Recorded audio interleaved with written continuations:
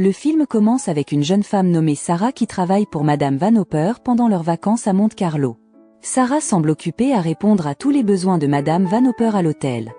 À l'heure du déjeuner, Madame Vanoper demande à Sarah de réserver une place près d'un bel et riche Anglais, Maxime de Winter, qui a récemment perdu sa femme. Sarah se rend au restaurant et demande au serveur de préparer une table spéciale pour son employeuse et Maxime de Winter. Cependant, le serveur lui dit que les clients peuvent choisir leur propre place. Malgré cela, Sarah essaie de donner de l'argent au serveur pour le persuader. Cependant, elle est tellement nerveuse qu'elle laisse tomber son portefeuille et l'argent tombe par terre. Un homme l'aide à ramasser l'argent et lui assure qu'elle n'a pas besoin de soudoyer le serveur. Lorsque le serveur appelle le nom de l'homme, Sarah réalise qu'il est Maxime de Winter. Peu de temps après, Madame Vanoper rejoint Maxime à sa table et ils déjeunent ensemble.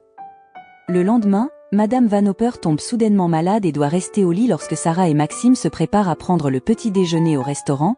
Une serveuse informe Sarah qu'elle ne peut pas y dîner sans sa patronne. Maxime le remarque et invite Sarah à se joindre à lui pour le petit déjeuner. Ils ont une longue conversation jusqu'à ce que Sarah doive retourner auprès de Madame Vanoper. Plus tard, Sarah découvre une note de Maxime l'invitant à faire une promenade autour de l'hôtel puisque Madame Vanoper est toujours malade. Sarah accepte l'invitation. Ils passent beaucoup de temps ensemble chaque jour, et leurs sentiments l'un pour l'autre deviennent plus forts. Cependant, Madame Vanoper remarque le lien étroit entre Sarah et Maxime, ce qui la rend jalouse et contrariée.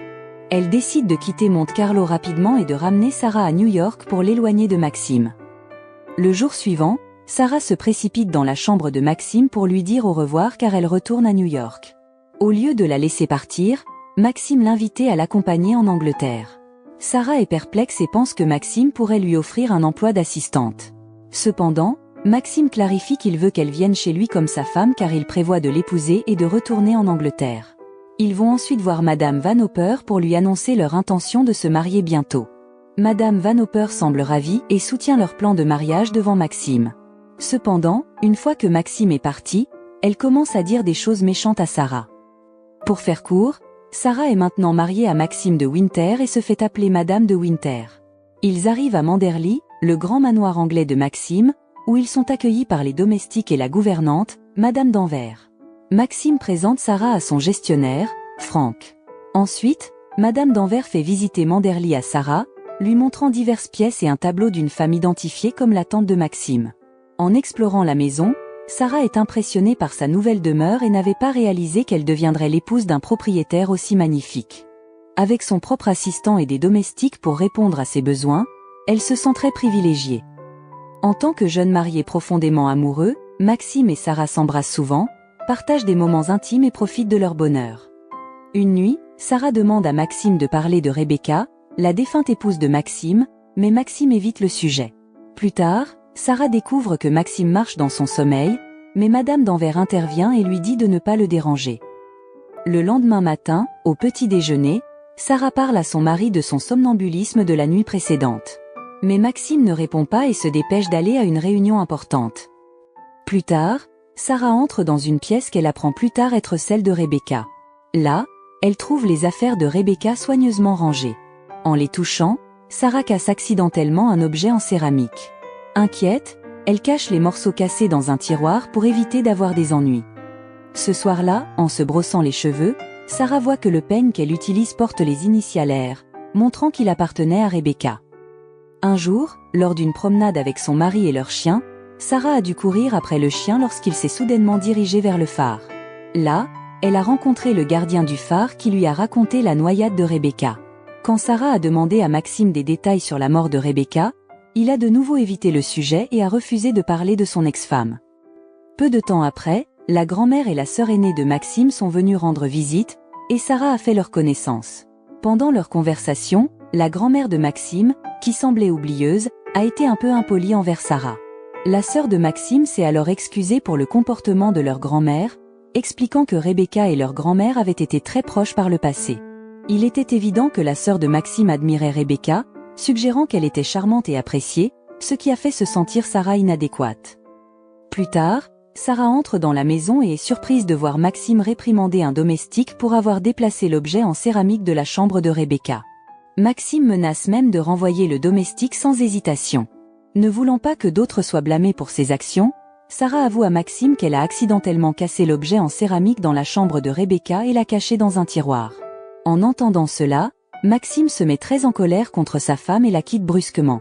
Sarah se sent dévastée lorsque son mari la quitte si soudainement. Elle pense qu'elle est coincée dans l'ombre de Rebecca parce que tout le monde l'admire, et elle soupçonne que Maxime aime encore profondément Rebecca et n'a pas pu oublier sa défunte femme. Le lendemain, Sarah demande à Frank des informations sur Rebecca, et il lui raconte que Rebecca est morte dans un accident de bateau. Son corps a été retrouvé 2 mois plus tard.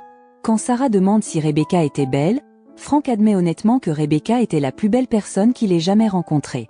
Après avoir entendu les paroles de Madame Danvers, la confiance de Sarah a diminué, et elle se sentait inadéquate en tant que nouvelle Madame de Winter, prenant la place de Rebecca. Se sentant désespérée, elle est entrée dans la chambre de Rebecca, où elle a rencontré Madame Danvers. Madame Danvers lui a insinué qu'elle ne pourrait jamais remplacer Rebecca en tant que Madame de Winter et a laissé entendre que Maxime aimait encore profondément Rebecca et ne pouvait pas l'oublier. Le lendemain, Sarah rencontre un homme nommé Jacques Favel, qui s'avère être le cousin de Rebecca et qui est apparemment venu à Manderly sous l'influence de Madame Danvers. Jacques a gentiment proposé d'apprendre à Sarah à monter à cheval. Plus tard, il lui a demandé de garder sa visite à Manderly secrète pour Maxime. Sarah a ensuite demandé à Madame Danvers pourquoi elle avait invité Jacques, sachant que Maxime ne l'aimait pas. Cependant, Madame Danvers a évité la question et a nié toute implication dans la visite de Jacques à Manderly.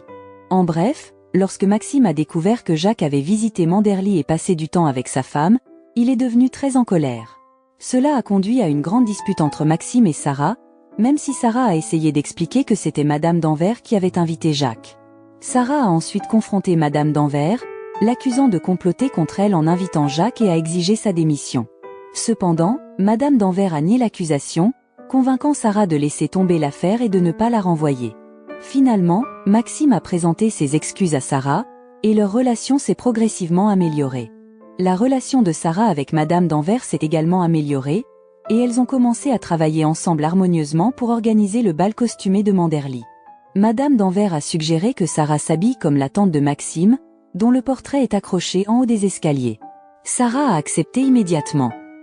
Le soir de la fête, Sarah s'est déguisée avec enthousiasme, espérant impressionner Maxime et les autres invités. Cependant, les choses ont pris une tournure inattendue pour Sarah. Lorsqu'elle porte la robe et va à la fête, les invités sont choqués et Maxime est furieux. Sarah apprend que Rebecca portait la même robe l'année précédente. Se sentant piégée par Madame Danvers et pensant que Maxime regrette maintenant leur mariage, Sarah s'enfuit. Madame Danvers montre son aversion pour la nouvelle Madame de Winter, craignant qu'elle ne prenne la place de Rebecca. Madame Danvers essaie même de convaincre Sarah de sauter par la fenêtre pour mettre fin à ses jours. Heureusement, une épave de navire, apportée par la tempête, interrompt son plan. Le navire s'avère être celui de Rebecca, avec son corps en décomposition à bord. La découverte de l'épave et du corps de Rebecca rouvre l'enquête sur sa mort. Si le corps trouvé est celui de Rebecca, alors quel corps Maxime a-t-il enterré lors des funérailles de Rebecca? Sarah essaie de demander à son mari, mais Maxime admet qu'il ne sait pas non plus. Il révèle que son mariage avec Rebecca était un mensonge et qu'il l'a toujours détestée. Maxime décrit Rebecca comme méchante, égoïste, infidèle et manipulatrice. La nuit de sa mort, Rebecca a avoué à Maxime qu'elle portait l'enfant d'un autre homme, avec l'intention de le faire passer pour celui de Maxime. Elle a poussé la gâchette du pistolet de Maxime contre sa poitrine, insistant que la seule issue était qu'il la tue. Furieux, Maxime l'a abattu et a disposé de son corps en le plaçant dans un bateau et en le faisant couler. Malgré cette confession, Sarah se sent soulagée de savoir que Maxime l'aime vraiment et décide de le soutenir pendant l'enquête. Pendant le procès, il est apparu que le bateau de Rebecca avait été délibérément coulé, faisant de Maxime un suspect. Jacques Favel essaie de faire chanter Maxime avec des preuves suggérant que Rebecca ne prévoyait pas de se suicider.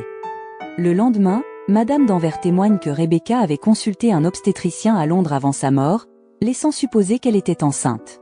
De plus, Madame Danvers prétend que Maxime a soudoyé Jacques pour obtenir une note de Rebecca. Le procureur présente un chèque donné à Jacques Favel comme preuve du pot de vin, conduisant à l'arrestation temporaire de Maxime.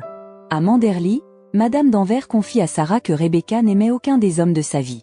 Sarah renvoie alors Danvers et commence à chercher l'obstétricien que Rebecca avait consulté à Londres. Avec l'aide de Frank, Sarah trouve finalement l'adresse du médecin et se rend rapidement à Londres pour le rencontrer. Pendant ce temps, L'équipe d'enquête visite également le médecin pour obtenir des informations sur Rebecca. Le médecin révèle que Rebecca ne pouvait pas avoir d'enfant en raison d'un cancer avancé de l'utérus et qu'il ne lui restait que quelques mois à vivre. Après une enquête plus approfondie, l'équipe conclut que Rebecca a mis fin à ses jours en coulant son bateau, tandis que Sarah croit en privé que Rebecca a provoqué Maxime pour qu'il la tue. Maxime de Winter est finalement disculpé de toutes les charges. À leur retour à Manderley, ils trouvent la maison en feu. Un domestique leur dit que Madame d'Anvers a déclenché l'incendie avant de s'enfuir. Sarah se précipite vers la falaise et trouve Madame d'Anvers dangereusement proche du bord. Malgré les supplications de Sarah, Madame d'Anvers la maudit et saute dans la mer, se noyant finalement. Des années plus tard, Sarah se réveille d'un rêve et se trouve avec son mari au Caire, cherchant leur maison de rêve. Réfléchissant à son passé, elle exprime que, des ruines de Manderley, elle a sauvé la seule chose vraiment précieuse, l'amour. Le film montre comment la présence de Rebecca continue d'affecter les gens, même après sa mort. Rebecca est décrite comme incroyablement belle et universellement admirée. Cependant, elle se révèle être cruelle et manipulatrice, contrôlant ceux qui l'entourent, y compris Maxime, qui n'a jamais trouvé le bonheur dans leur mariage. Après la mort de Rebecca, Maxime rencontre une jeune femme au cœur gentil et à la personnalité chaleureuse, complètement différente de son ex-femme. Il tombe profondément amoureux d'elle. Ainsi, la morale de l'histoire est de ne pas laisser l'ombre de quelqu'un d'autre éclipser votre lumière. Acceptez qui vous êtes et l'amour que vous méritez, même si cela signifie affronter les fantômes du passé.